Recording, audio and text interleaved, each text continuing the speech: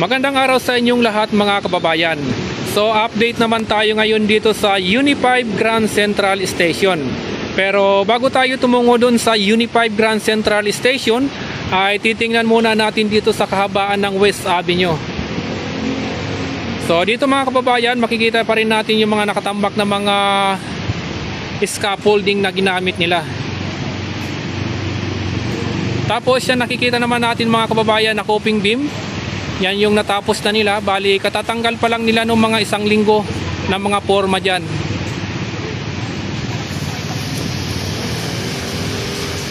Yung sa dulo naman mga kababayan ay kasalukuyan na silang nag-i-install ng mga rebar. Yung makikita nyong poste doon na mataas na may mga scaffolding.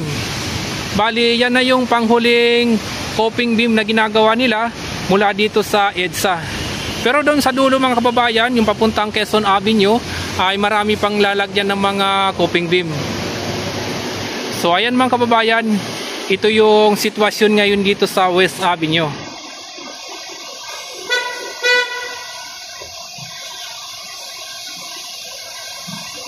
Kung mapapansin nyo mga kababayan, hindi natin nakukunan yung pag-install nila ng mga concrete girder dito sa kabaan nitong West Avenue dahil sa gabi sila nag-i-install ng mga concrete girder.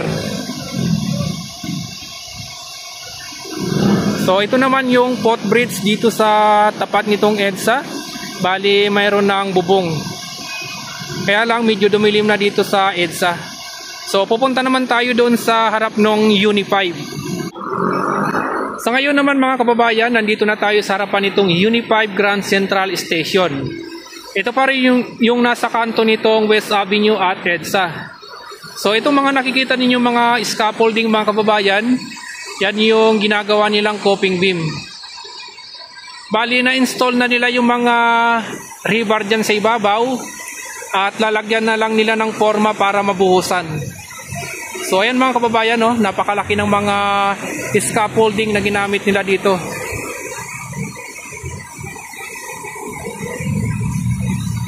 Alright? So titingnan naman natin doon sa harapan na mismo ng Uni5 Grand Central.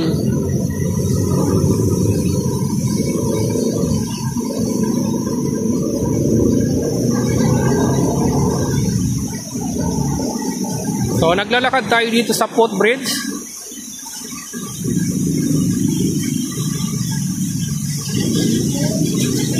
So dito mga kababayan, makikita na natin yung ginagawang Uni5 Grand Central Station. So titingnan muna natin yung ginagawa nilang footbridge. Bali kung sasakay kayo ng MRT1 ay LRT1 at MRT3, diyan kayo dadaan. Diyan kayo aakyat patungo dun sa station. Yan yung Uni5 Grand Central Station. Matatagpuan yan dito sa kanto nitong EDSA and then West Avenue. So bali dyan magtatagpo yung LRT1 na galing ng Monumento or Balintawak and then MRT3 na galing naman ng Cubao. Right? So ito yung footbridge uli. Medyo madilim na dito dahil sa mga kinabit na mga trampoline. So nandito ulit tayo sa kanto nitong West Avenue. Titingnan uli natin yung mga scaffolding. Yan oh, sobrang lalaki.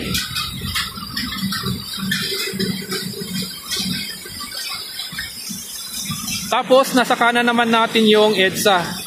At pagtawid ng EDSA mga kababayan, dyan naman matatagpuan yung SM City North EDSA.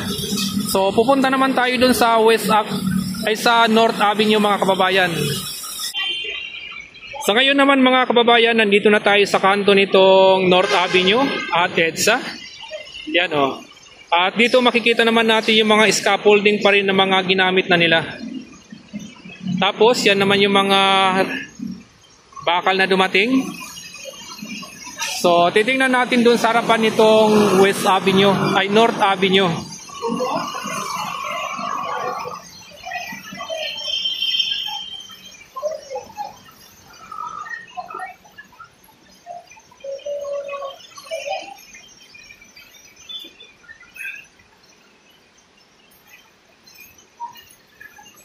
Sa ngayon nga mga kababayan, nandito na tayo sa tapat nitong North Avenue.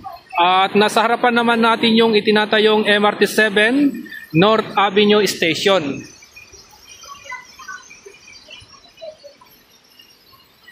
So dito mga kabayan, makikita na natin yung mga ini-install nilang mga fabricated steel frame. Ayan o. So nahinto yung pag-install nila ng mga fabricated steel frame dahil ihintayin muna nilang matapos naman yung pag-install naman ng mga concrete girder dito or steel girder. O, nandun sa dulo mga kababayan yung MRT-7 station. At dito naman sa ating kaliwa, matatagpuan naman yung SM City North EDSA. So ayan o. And then doon naman sa kanan, nandyan naman yung Trinoma Mall. Bali magkakaroon ng walkway mula dito sa Uni5 Grand Central Station at dadaan doon sa harapan ng Trinoma Mall or gilid ng Trinoma patungo naman doon sa station nitong MRT-7 North Avenue. And then itong SM City North EDSA, bali wala pa silang ginagawa doon. Alam ko maglalagay din sila ng idudugtong din nila yung SM dito sa station nitong MRT-7. Kaya lang, hihintayin muna nilang matapos itong station naman itong MRT-7 bago nila idugtong yung SM dito sa station ng MRT-7. So, titingnan natin doon sa gilid nitong SM City North EDSA.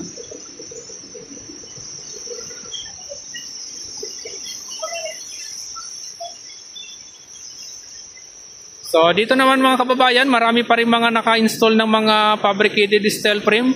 Yan na yung nasa side nitong SM City North EDSA. Hindi tayo makaurong na dito sa kabila dahil may malaking billboard na. Oh. Maganda sana kung makukunan pa natin doon sa kabilang dulo. Alright, titingnan naman natin itong EDSA.